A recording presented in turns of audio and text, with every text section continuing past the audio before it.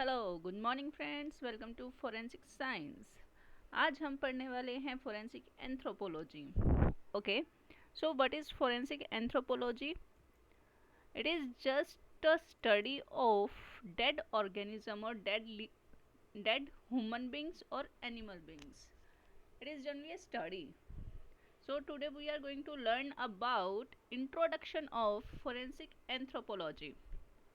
So आज हमारे topic रहेंगे definition, modern use of forensic anthropology and its application, growth of forensic anthropology, methods means how we are using anthropology in forensics and its subfield. Okay, so what is forensic anthropology? It is examination of human skeleton remains for law enforcement. कि law enforcement के लिए जब भी हम human skeletal remains का examination करते हैं वो हमारा फोरेंसिक एंथ्रोपोलॉजी में आता है. To help with recovery of human remains, determine the identity of unidentified human remains. कि जो भी हमारे ह्यूमन रिमेन्स की रिकवरी हुई है उससे हम आइडेंटिफाई करते हैं कि ये पहले कौन ह्यूमन बीइंग था. बिकॉज हमने अपने लास्ट वीडियो में पढ़ा था सोमेटोमेट्री के केस में कि जिससे हम अगर हमें नॉर्मल स्कल भी मिलता है तो हम कंप्लीट फेस रेडी कर सकते हैं जो हमारा कहीं ना कहीं रिकॉर्ड में रहता है. Okay, so second definition is it is application of anthropological research techniques to resolution of medico legal issues and the critical distinction between a forensic anthropologist and general anthropologist is former focus on human identification while later focus on all aspects. कि generally हमारा normal जो anthropologist है और forensic anthropologist है इनके बीच में difference क्या रहता है? मेन डिफरेंस कुछ नहीं है बिकॉज दोनों ही हमारे एंथ्रोपोलॉजिस्ट हैं. बट जो फोरेंसिक एंथ्रोपोलॉजिस्ट है वो ह्यूमन की आइडेंटिफिकेशन करता है लॉ एनफोर्समेंट के लिए जितना उसको ज़रूरी है उतना ही, और जनरल जो एंथ्रोपोलॉजिस्ट होता है वो आइडेंटिफिकेशन करता है कि सभी एस्पेक्ट्स को लेकर. Now what is anthropology?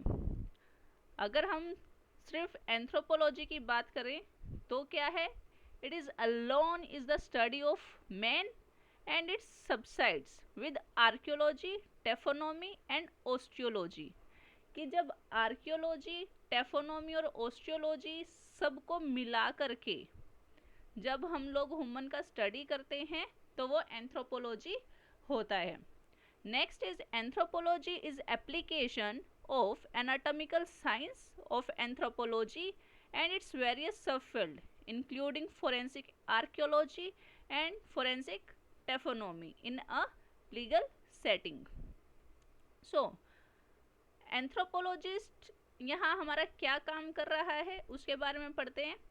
These are also instrumental to investigation and documentation of genocide and mass graves. कि ये अपने काम को लेकर के जितना भी इन्वेस्टिगेशन किया है और उसके डॉक्यूमेंटेशन को लेकर के काफ़ी इंस्ट्रूमेंटल रहते हैं. Using physical markers present on skeleton, a forensic anthropologist can potentially determine victim's age, sex, stature and its ancestry.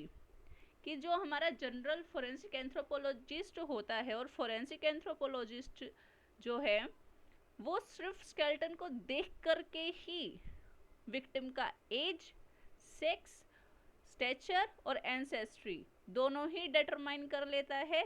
Victim का एज कैसे डिटरमाइन करेगा? कैल्सिफिकेशन से, और साथ में जैसे जैसे एज यंगर एज होगी तो बोन काफ़ी स्ट्रॉन्ग रहेगा, लेकिन अगर वो ओल्डर एज है तो उसमें डीकैल्सिफिकेशन हो चुका होगा और बोन हमारा उतना ही वीक होगा. सेक्स की अगर बात करते हैं तो मेल और फीमेल स्टेचर में काफ़ी डिफरेंस रहता है. कुछ पर्टिकुलर बोन्स हैं जिनके बेसिस पर हम सेक्स को आइडेंटिफाई करते हैं, उसके बारे में हम अपने नेक्स्ट वीडियो में पढ़ेंगे. Next is stature. कुछ पर्टिकुलर बोन्स के बेसिस पर और कंप्लीट फिजिकल स्ट्रक्चर को लेकर हम स्टैचर का भी पता कर लेते हैं और एंसेस्ट्री का भी. So this is sir Ernest Hooton. He is also a forensic anthropologist. Forensic anthropologists are commonly portrayed in a media as forensic scientists or crime scene technician, but this is not accurate. Sometimes हम forensic anthropologist को ही forensic scientist भी बोल देते हैं और crime scene technician भी, but ये accurate नहीं है बिकॉज क्राइम सीन पर कोई भी गया है वो ज़रूरी तो नहीं है कि वो एंथ्रोपोलॉजिस्ट ही हो. वो जनरल हमारा फोरेंसिक एक्सपर्ट भी हो सकता है या फिर कोई जनरल पुलिस भी रह सकती है. Okay, they work with law enforcement agency and assist in processing skeleton evidences. They study bones, a field known as osteology. Study of bone is known as osteology and profile research subject by gathering information used to determine individual age at death, sex and physical condition. So modern use की बात करते हैं कि forensic anthropology का present time में कहाँ कहाँ use होता है और किस तरीके से यूज़ होता है, वो हमारा मॉडर्न यूज़ रहेगा. So it is well established discipline within the forensic field. Forensic anthropologists are called upon to investigate remains and to help identify individual from bones when other physical characteristics which could be used to identity a body no longer exist. किसी भी forensic anthropologist को crime scene पर कब बुलाया जाता है? जब सिर्फ और सिर्फ बोन्स ही अवेलेबल हों, कोई और बिलोंगिंग है ही नहीं जिससे हम पता कर पाए, जिससे पुलिस पता कर पाए कि पर्टिकुलर ह्यूमन बीइंग है कौन.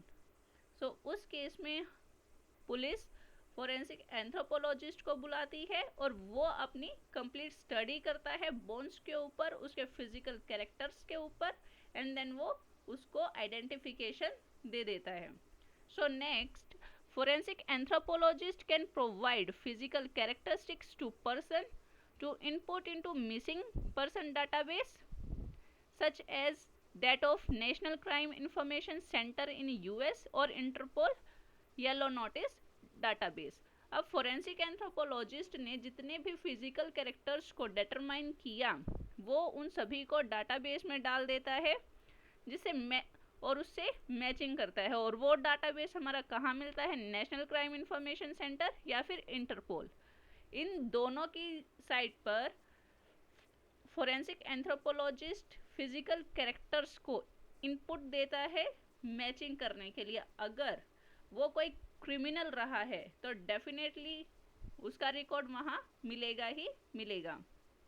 So next, if the victim is not found for a lengthy period of time or has been eaten by scavengers, flesh markers used for identification would be destroyed, making normal identification difficult if not possible. Sometimes क्या होता है कि कोई भी victim है, काफ़ी लंबे time तक नहीं मिल रहा है, वो आफ्टर 1 मंथ मिला है या फिर 2 मंथ मिला है, तो उस टाइम पीरियड में हो सकता है कि उसका फ्लैश स्क्वेंजर्स खा गए हों, डिस्ट्रॉय हो गया हो. नॉर्मल आइडेंटिफिकेशन करने के लिए वो बॉडी अभी फिजिबल है ही नहीं, कि फ्लैश ज़रा भी नहीं है जिससे हम उसका डीएनए टेस्टिंग कर पाए और बाकी और टेस्टिंग कर पाए. इसीलिए सिर्फ और सिर्फ हमें बोन रिमेन ही मिलेगा. उन बोन्स को हम लोग फोरेंसिक एंथ्रोपोलॉजिस्ट के थ्रू स्टडी कराते हैं. So now applied forensic anthropologist use anthropological methods. जो भी हमारा applied anthropologist है वो anthropological method यूज़ करेगा. applied यहाँ पर में हमने forensic anthropologist के लिए ही यूज़ किया है because forensic science is an applied science, that is why it is applied anthropologist. He use his methods and tools of research and data retrieval as professional consultant to solve real world problem and issues. Applied anthropology involve applying the study of human culture, behavior, language, and biology. Anthropologists help human using observation, ethnography and collecting research and data. यहाँ हमने complete में यही पढ़ा है कि main हमारा क्या रहता है, स्टडी ऑफ बोन्स ही रहता है. वो डिफरेंट टाइप के केसेस हो सकते हैं कि किसी में हमें काफ़ी सालों के बाद में हमें बॉडी मिली है या कुछ टाइम के बाद मिली है जिसमें हमें फ्लैश नहीं मिला है, मास डिजास्टर का केस था, या फिर काफ़ी एंसेस्ट्रल टाइम से ही वो डिके हुआ है. Okay, so this is just a बास फोरेंसिक एंथ्रोपोलॉजी बिल्डिंग. और ये जो हमारे फॉर्म्स हैं, ये हमारे बॉडी फार्म है फोरेंसिक एंथ्रोपोलॉजिस्ट के लिए. यहाँ इन्हें इस तरीके से केजेस में रखा जाता है. बॉडीज को केजेस में किस लिए रखा, ताकि जितनी भी बोन्स है वो कहीं मिसप्लेस ना हो जाए. Okay, so here is just general use.